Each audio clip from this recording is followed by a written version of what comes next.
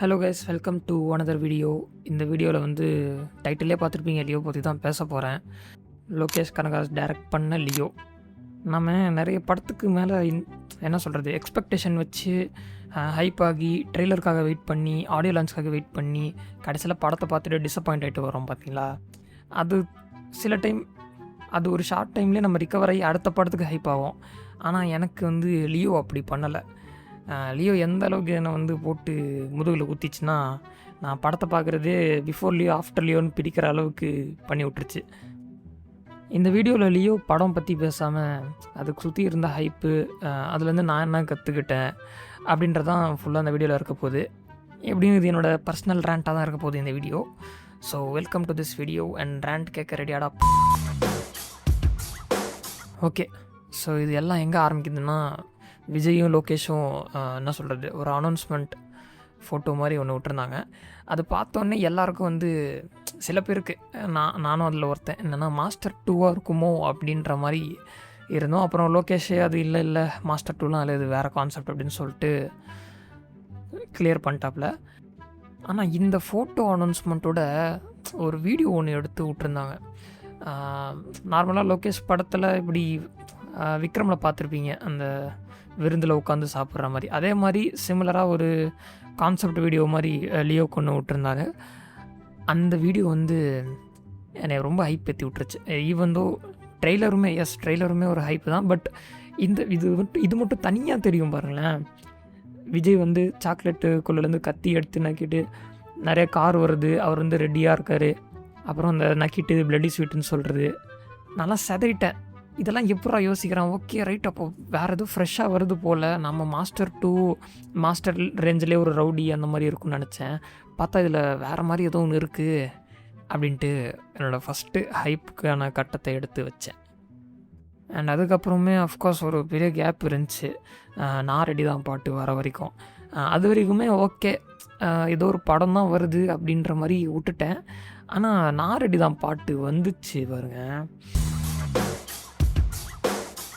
அதுக்கப்புறம் full hype. நான் எப்படி சொல்கிறது, அனிருத்தோட வந்து நான் எதிர்பார்க்கவே இல்லை. ஏன்னா விஜய்க்கு என்ன பாட்டாக இருக்க போகுது. இதுக்கு முன்னாடி பாருங்களேன், பீஸ்ட்டில் வந்து திரை தீப்பிடிக்கும் ஓகே நல்ல பாட்டு தான்.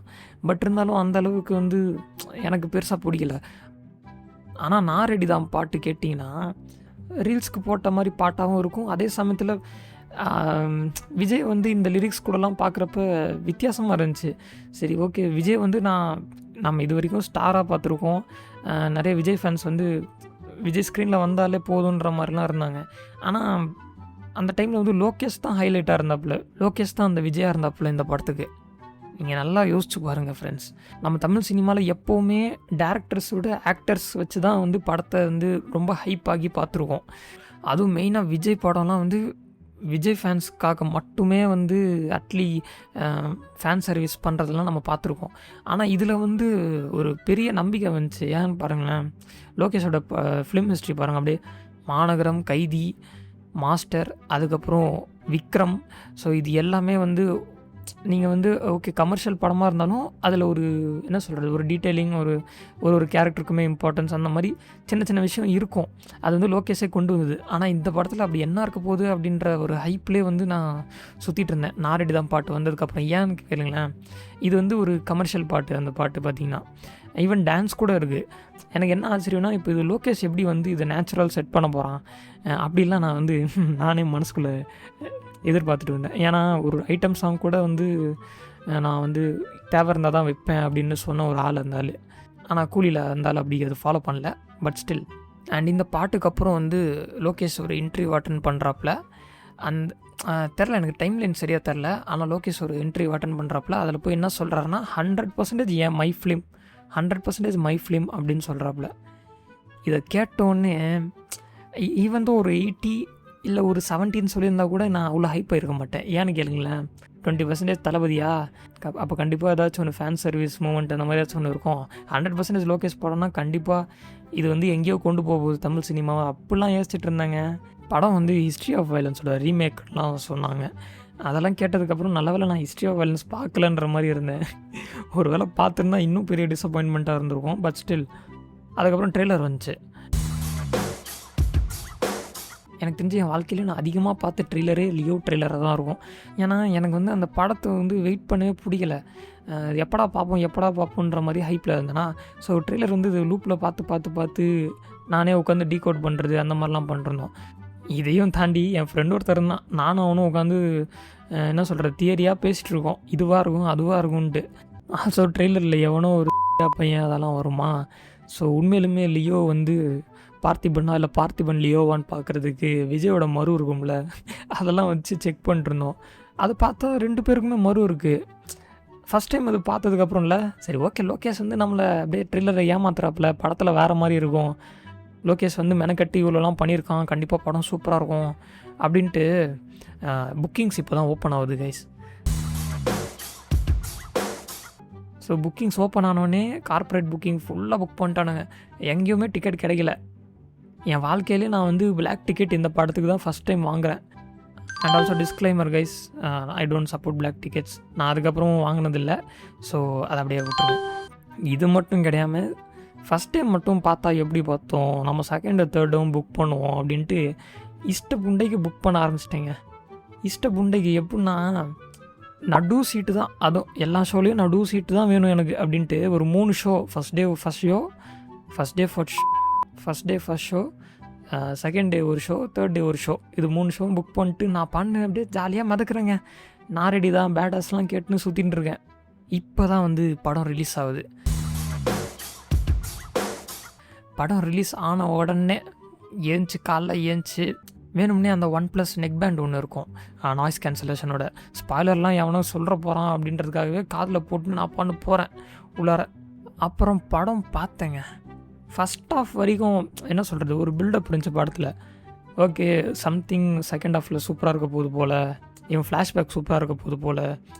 உங்களுக்கு தெரியும்னா நான் ரெடி தான் பாட்டுக்கு அப்புறம் அந்த விஜயோட லுக்கு அது எப்படி இருக்க போகுதுன்றதும் ஹை எக்ஸ்பெக்டேஷனாகவே இருந்துச்சு ஃபுல் படத்துமே. எல்லோரும் அப்படி எக்ஸ்பெக்ட் பண்ணிங்களான்னு தெரில. ஆனால் நான் வந்து அந்த பாட்டுக்கு ரொம்ப ஹைப்டாக இருந்தேன். அப்போ பார்த்துக்கோங்க நான் இந்த அளவுக்கு அடி வாங்கியிருப்பேன்ட்டு செகண்ட் ஹாஃபில். இப்போ செகண்ட் ஹாஃப் பார்த்துட்டு இல்லை பார்க்கும்போது எனக்கு வந்து கண்ணை நம்ப முடியல. துரந்தர் சீக்வன்ஸ் மாதிரி ஆகிடுச்சு இந்த பாம் பிளாஸ்ட்லாம் பார்க்குறது. என்னடா பண்ணுறீங்கன்ட்டு என் கண்ணை என்னால் நம்ப முடியல. என்னடா மூட நம்பிக்கைலாம் சொல்லிட்டுருக்கீங்கன்ட்டு இதெல்லாம் பார்த்துட்டு எனக்கு வந்து லோகேஷ் மேலே கூட அவ்வளோ கோவம் வரல. எனக்கு ஏன் மேலே தான் செம்ம கோவம் வந்துச்சு. என்ன பிள்ளைக்கு இந்த படத்தில் இவ்வளோ ஹைப்பு வச்சோம் அப்படின்ற ஒரு கோவம் வந்துடுச்சு. இது இவ்வளோ தான் படமா, இந்த 3 மணி நேரம் படத்துக்காக நம்ம அவ்வளோ காசு போட்டு டிக்கெட்லாம் வாங்கணும் அப்படின்ட்டு யோசிக்க வச்சுட்டாப்புல. உங்களுக்கு ஞாபகம் இருந்துச்சுன்னா லோகேஷ் ஒரு இன்டர்வியூவில் வந்து 200 ரூபா கொடுத்துட்டு போகிற ஆடியன்ஸுக்கு சாட்டிஸ்ஃபைடாக படம் எடுக்க போகிறேன் அப்படிலாம் பேசிகிட்டு இருப்பான்.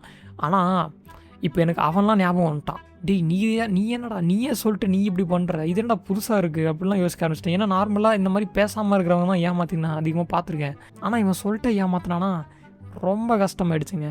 அன்றைக்கெலாம் வந்து நான் சொன்னேன் பார்த்தீங்களா டீகோட் பண்ண ஃப்ரெண்டு, அவன்கிட்டலாம் நான் 1 வாரம் 2 வாரம் பேசவே இல்லை. நானும் அவனும் பெருசாக பேசுகிறதில்ல, பேசிக்கவே இல்லை. 2 பேரும் வாயே வர மாட்டேங்குது. என்னென்ன போய் பேசி வச்சுருக்கோம் நாங்கள் லோகேஷ் பற்றி, லோகேஷ் இப்படி பண்ணுறோம் அப்படி பண்ணுறோன்ட்டு, கடைசியில் இப்படி பண்ணிட்டானே அப்படின்ட்டு ஒரு ட்ராமாவுக்கு கொண்டு போயிட்டாருங்க லோகேஷ் கனகராஜ்.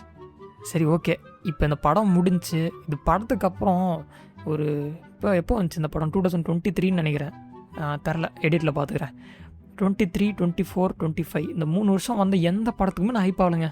என்கிட்ட ஒன்றுமே இல்லை, ஹைப் ஆகிறதுக்கு ஒன்றுமே இல்லை அப்படின்னு நான் பண்ண சுற்ற ஆரம்பிச்சிட்டேன். ஏன்னு பாருங்களேன், என் வாழ்க்கையிலே பெஸ்ட்டு படமாக இருக்குன்ற மாதிரிலாம் நான் வந்து ஹைப் ஆகிருக்கேங்க லியோவுக்கு.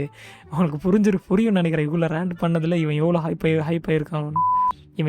ஆகிருக்கான் அப்படின்ட்டு. ஸோ அந்த மாதிரி இருந்து என் ஹைப் உடஞ்சதால் நான் வந்து இதுக்கு மேலே எந்த படத்துக்குமே நம்ம வந்து நம்பிக்கை வைக்கக்கூடாது, மெயினாக டேரக்டர் மேலே நம்பிக்கை வைக்கக்கூடாது. ஏன்னா மோஸ்ட்டாக நம்ம வந்து டேரக்ட் பண்ணுறது இவன்டா, இவன் எப்படியும் வந்து படத்தை பார்த்துப்பான்டா அப்படின்ற மாதிரி விட்டுருவோம். ஆனால் அந்த மாதிரியுமே இருக்கக்கூடாதுன்ற மாதிரி லியோ வந்து எனக்கு ஒரு நல்ல எக்ஸாம்பிளாக இருந்திருக்கு. ஆக்சுவலாக நான் அன்றைக்கி சோகமாக இருந்திருக்கேன், ஆனால் ஆக்சுவலாக ஒரு நல்ல விஷயம் நடந்திருக்கு எனக்கு. இதுக்கு மேலே நான் எதுக்கும் ஹைப்பும் ஆக மாட்டேன், எதுக்கும் ஏமாறவும் மாட்டேன்.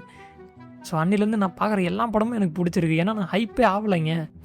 இப்போ ஒரு 3 வருஷம் ஆகிடுச்ச படம் வந்து, பட் ஸ்டில் எந்த படம் வந்தாலுமே லியோ ஞாபகம் வச்சுக்கிட்டு நான் எந்த படத்துக்குமே ஹைப் ஆகிறது கிடையாது. ஈவன் அரசன் மேலே கூட அதுதான். பார்க்கலாம் அரசன் என்ன பண்ணுறாப்புலன்ட்டு. அதான் கைஸ், இந்த வீடியோ மூலமாக நான் அதான் சொல்லணும்னு நினச்சேன். எந்த படத்துக்கும் ஹைப் ஆகாதீங்க, எக்ஸ்பெக்டேஷன் வைக்காதீங்க. படம் வரட்டும், ஃபஸ்ட் டே டிக்கெட் கிடைக்கலன்னா நான் செகண்ட் டே தேர்ட் டே கூட வெயிட் பண்ணி போய் பாருங்கள். ஆனால் தயவு செஞ்சு அந்த படம் நல்லா இருந்துச்சுன்னா அதுக்கு அடுத்த படம் கூட டேரக்டர் நல்லா எடுத்துருவார் அப்படின்ட்டு நம்பிக்கை வைக்காதீங்க. உங்களுக்கு லியோ எப்படி இருந்துச்சுன்னு கூட கமெண்ட்ஸில் சொல்லுங்கள், பேசுவோம். நன்றி, வணக்கம்.